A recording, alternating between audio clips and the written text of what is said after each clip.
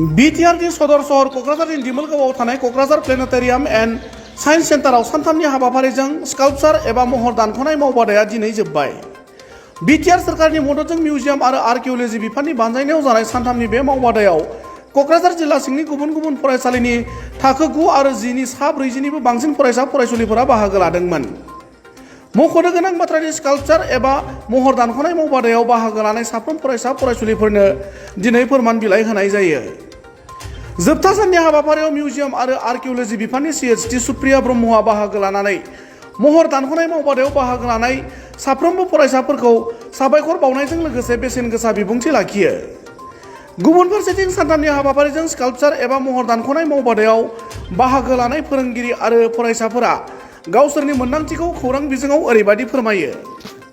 ओरैनोथ' दा मोजां खामाना जेनेबा एसे लं टाइम लानो मोननायबा मोजां जाबावगोन आरो दा सानथामल' नालाय एसे जा रोंदों बाहायनो जा फोरोंदों बेखौनो रोंदों आरो गथ'फ्रा थिगैनो दं उनफ्राव माने गोबाव सम लानानै जुदि माबाबावोबा साबसिन जागोन सानो आं।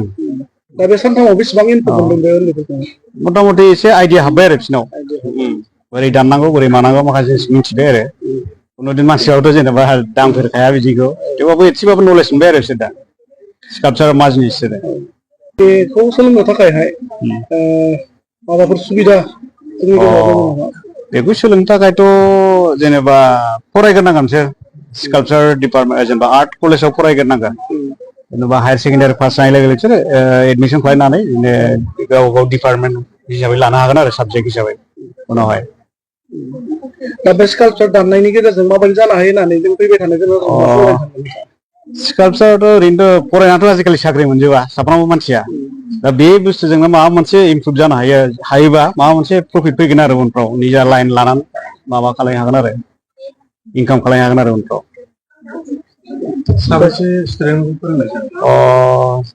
आंथ' टटेल दा स्टुडेन्टफोरखौ साननाय जायाखै बेसेबां जादों जायखिया मोनब्रै सोलोंथाइ दङ आरो जायखिया दा ओरैनो दसजन जियाव दंमोन मेदामा औ बेबायदि। मिउजियाम आरो आर्किअल'जि बिफाननिफ्राय सानथामनि हाबाफारिजों मुसुखा दानख'नाय बे वर्कशप जादों बेहाय नोंसोरबो बाहागो लाबाय बाहागो लानानै माबायदि मोनखो? बिराद मोजां मोनदों जों फार्स्ट टाइम बानायफैदों आरो बाहाय मोजां मोनदों। आगोलाव बेबायदि मुसुखाफोर दानख'फेरखादोंमोन ना? फेराखै फार्स्ट टाइम। ओमफ्राय बे सानथामनि गेजेरावहाय नों माबायदि सोलोंनो मोनखो? रोंदों ओमफ्राय मा होनो बिदिनो गोबां मानसि बानायदों आरो मेरला स्कुलनिफोर बानायफैदों ओमफ्राय बिदिनो सोरबा गिटार बानायदों सोरबा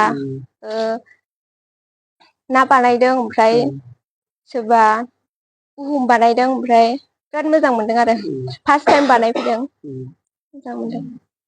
दा नैबे बानायनायावहाय हारसिं हारसिं बानायदोंमोन ना ग्रुप वाइस खालामदोंमोन?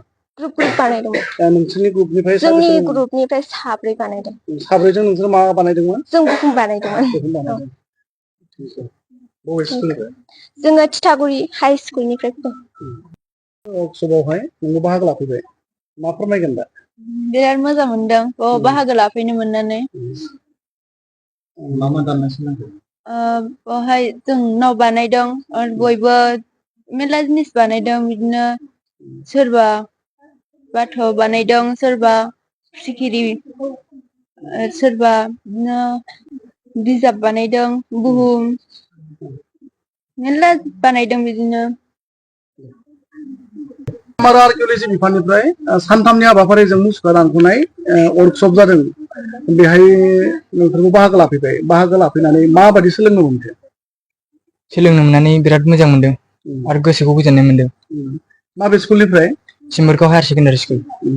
बे सानथामनि जिथु मुसुखा दानख'नाय बे मावबादा बा वर्कशप बेहाय नोंसोरबो बाहागो लाफैबाय बेहाय ग्रुप वाइसआव खालामदोंमोन ना हारसिङै दानदोंमोन? Group wise. नोंसोरनि ग्रुपआवहाय मा दानदोंमोन? जोंनि ग्रुपआवहाय मुर्थि बानायदोंमोन। मुर्थि बानायदों माने मानसिनि मुसुखा बानायदोंमोन। बेसेबांसिम जाफुंसारनो हादों बे सानथामाव? एसे मोजाङैनो जाफुंसारनो हादों। फैबाय थानाय समाव बेनिख्रुइ साबसिन जुदि बेबायदि वर्कशप जायोब्ला बाहागो लाबावगोन निस्सय।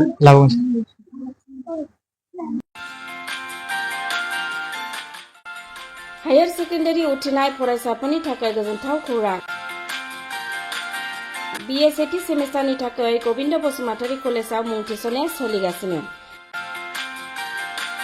गिबि मुं थिसननाय 100 फरायसाफोरनि थाखाय स्पेशल अफार आरो गुबुन गुबुन रोखोमनि बेसेन नाङै क्लासनि खाबु होनानै मुं थिसननायनि हाबाफारिया गबिन्द बसुमतारी कलेजाव सोलिगासिनो। फरायसाफ्रा गावनि गोसो बायदि साबजेक्टफोरखौ सायख'नानै लानो हागोन। लोगोसे basic computer class, self defence, spoken English class बायदि खाबुफोरखौ फरायसाफ्रा बेसेन नाङाजासे लानो हागोन। बे कलेजाव गासैबो फरायसाफोरनि थाखाय फ्रि बासनि सार्भिसनि राहा आरो बिजाब बाख्रिनिबो राहा दं। आरो बे खेबनिफ्राय भिउ सेन्टार अदेबानि एग्जाम सेन्टार महरै फरायसाफ्रा गबिन्द बसुमतारी कलेजावनो आनजाद होनो हागोन। गबिन्द बसुमतारी कलेजाव एसेल' बेसेनावनो मुं थिसननानै कलेजनि राहानि खाबुफोरखौ लानो हागोन। रोखायै मिथिनो थाखाय फारियै होनाय जानबुं नाम्बाराव कन्टेक्ट खालामनो हागोन।